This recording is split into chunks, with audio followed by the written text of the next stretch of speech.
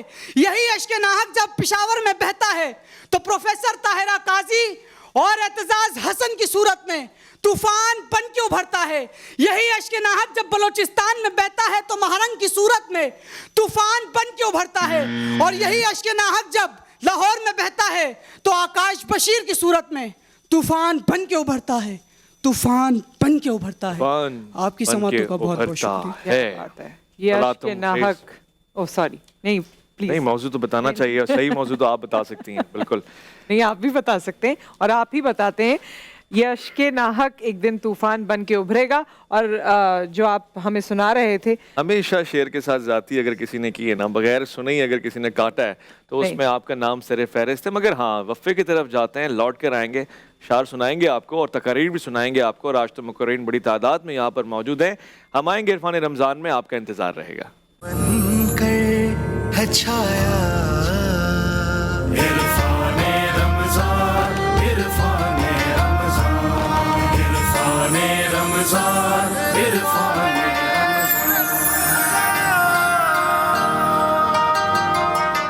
خواتین و حضرات عزیزان من آپ کو کہوں گا خوش آمدید. آج عرفان رمضان کی نشریات میں انداز بیان جاری و ساری ہے اور وہ حضرت علامہ اقبال کے اشعار یوں ہی ذہن میں آئے.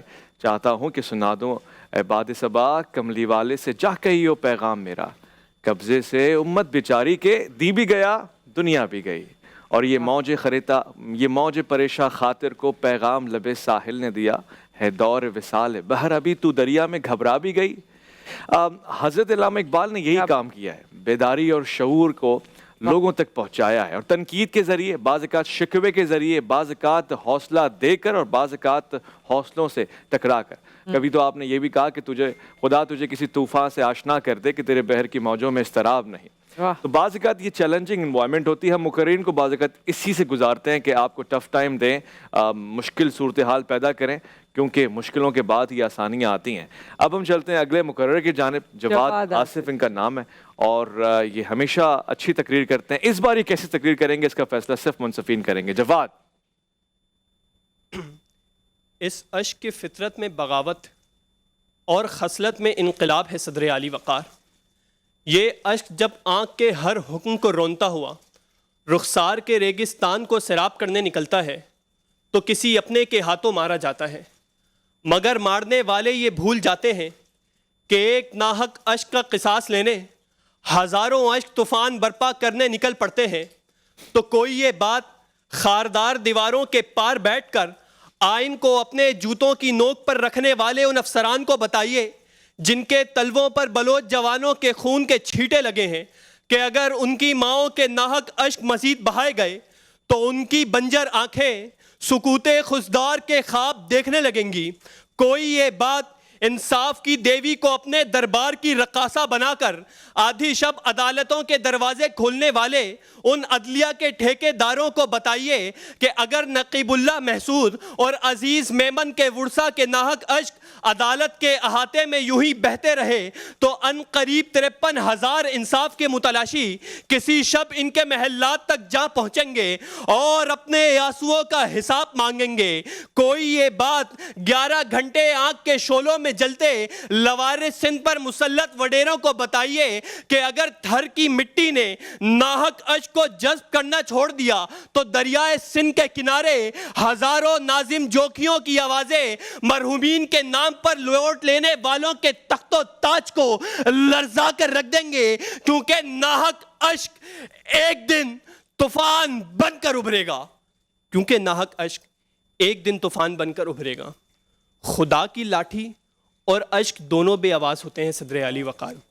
جب خدا کی لاٹھی اٹھتی ہے تو زمین پلٹ دی جاتی ہے اور مظلوم کی آنکھ سے اشک ٹپکے تو عرش لرز جاتا ہے. تو قبلہ اول پر مسلط کفار کو خبردار کیجئے کہ فلسطینیوں کے ناحق اشک سے ایک دن صلاح الدین ایوبی کی تلوار سے زنگ اترے گا۔ ان ریٹائرڈ افسران کو خبردار کیجئے کہ بے روزگار نوجوانوں کا ناحق اشک ایک دن میرٹ کے قاتلوں کی کرسیاں بہا لے جائے گا، اور کراچی کے منتخب شدہ نمائندوں کو خبردار کیجئے کہ اگر نسلہ ٹاور کے مکینوں کے ناحق اشک کا مداوع نہیں کیا گیا تو پھر اس طوفان کی زد میں سب کے مکان آئیں گے۔ اس طوفان کی زد میں سب کے مکان آئیں گے۔ کیا کہنے ہیں، بہت اچھے۔ سب کے مکان آ رہے ہیں پھر اس کی زد میں، یہ تو بہت زبردست دلچسپ بات ہے، پیشن گوئی بھی ہے اور ڈرایا بھی گیا ہے، دھمکایا بھی گیا، آپ بھی خبردار ہو جائیں، اگلے مقرر کی طرف بڑھ جائیں فوراً سے۔ جی شہباز ہمارے ساتھ ہے، اور شہباز کا سیکنڈ نیم جو تھا وہ بڑا مشکل سا تھا۔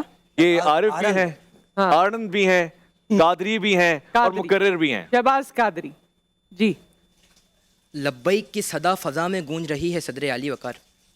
18 اپریل 2021 مسجد رحمت للعالمین، رمضان کا مہینہ کے باہر اسٹریٹ فائر، آنسو گیس اور شیلنگ جاری، اندر اسپتال کا منظر اور گھائلوں کی تیمار داری کہ ایک معصوم بچہ، عمر فقط 17 سال ہے مگر جذبہ عشق رسول سے سرشار ہے کہ اچانک نامعلوم سم سے آنے والا لوہے کا دہکتا انگارہ بچے کا سینہ چیرتا ہے کہ پھرتے تازہ یاد فرات ہوتی ہے، قطرہ نہیں گرتا، قطرہ نہیں گرتا، لہو کی برسات ہوتی ہے کہ جناب والا بچے کی آنکھ میں آنسو آتے ہیں، ناحق ظلم پہ بہنے والے آنسو، رب سے بہت کچھ کہنے والے آنسو کہ بچے کو مسجد لایا جاتا ہے، امدادی کارکنان بچے سے کہتے ہیں بیٹا پانی پی لو، جواب آتا ہے نہیں بھیا میں اسی حالت میں شہادت پاؤں گا، رسول اللہ کو ان کی شکایت لگاؤں گا، اپنے اشک ناحق سے طوفان اٹھاؤں گا۔ پھر جناب والا ہم نے دیکھا یتیم خانے چوک سے اٹھنے والا طوفان، ظالم حکومت کے سب ارمان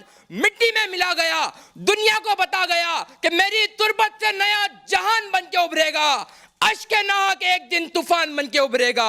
صدر علی وقار، ظالم مظلوم پہ جتنا ظلم کر لے لیکن مظلوم کی آہ بہت طاقتور ہوتی ہے کہ ایک آہ برحق ایک ظلم ناحق۔ صدر علی وقار، یزیدیوں پہ مختار کا طوفان آیا، بی بی زینب کا ہتھیار کیا، ایک آہ برحق ایک اشک ناحق کہ صدر علی وقار، عباسیوں پہ تاتاریوں کا طوفان آیا، امام احمد بن حنبل کا ہتھیار کیا، ایک آہ برحق ایک اشک ناحق کہ صدر علی وقار، محمد بن قاسم راجہ داہر پہ طوفان بن کے آیا، مظلوم بچی کا ہتھیار کیا، ایک آہ برحق ایک اشک ناحق کہ صدر علی وقار، اسکندر مرزا مارشل لاء کے طوفان کی لپیٹ میں آیا، تحریک ختم نبوت 1953 کا ہتھیار کیا، ایک آہ برحق ایک اشک ناحق کہ صدر علی وقار، ماضی گواہ ہے یہ اشک ناحق کبھی ناحق رائے گا نہیں گیا، کیونکہ عرش پہ گرنے والے اشکوں نے فرش کے تائے ہلا دیے ہیں۔ تو جناب والا پھر مجھے کہنے دیجئے کہ اس فرسودہ نظام تابوت کے جمہور میں نشے ناحق کی تتوڑی آخری کل ضرور ٹھکے گی کہ انقلاب کی نئی پہچان بن کے ابھرے گا، اشک ناحق ایک دن طوفان بن کے ابھرے گا۔ شکریہ۔ بڑی خوبصورت، اشک ناحق ایک دن طوفان بن کے ابھرے گا، اشک آنسو ذرا سا فرق ہے، بہت ہی باریک سا، البتہ اگر دونوں کو ایک ہی خانے میں رکھا جائے تو کسی بہت بڑے آدمی نے بہت بڑی بات کہی، آپ نے فرمایا کہ آنسو حق ہوتے ہیں، آنسو پاک ہوتے ہیں، مگر آنسو مقدس تب ہوتے ہیں جب وہ کسی اور کا درد محسوس کر کے آپ کی آنکھوں سے باہر آتے ہیں۔ ایک مختصر سا وقفہ ہے، لوٹ کر آتے ہیں عرفان رمضان میں، آپ کا انتظار ہے۔ عرفان رمضان، عرفان رمضان، عرفان رمضان، عرفان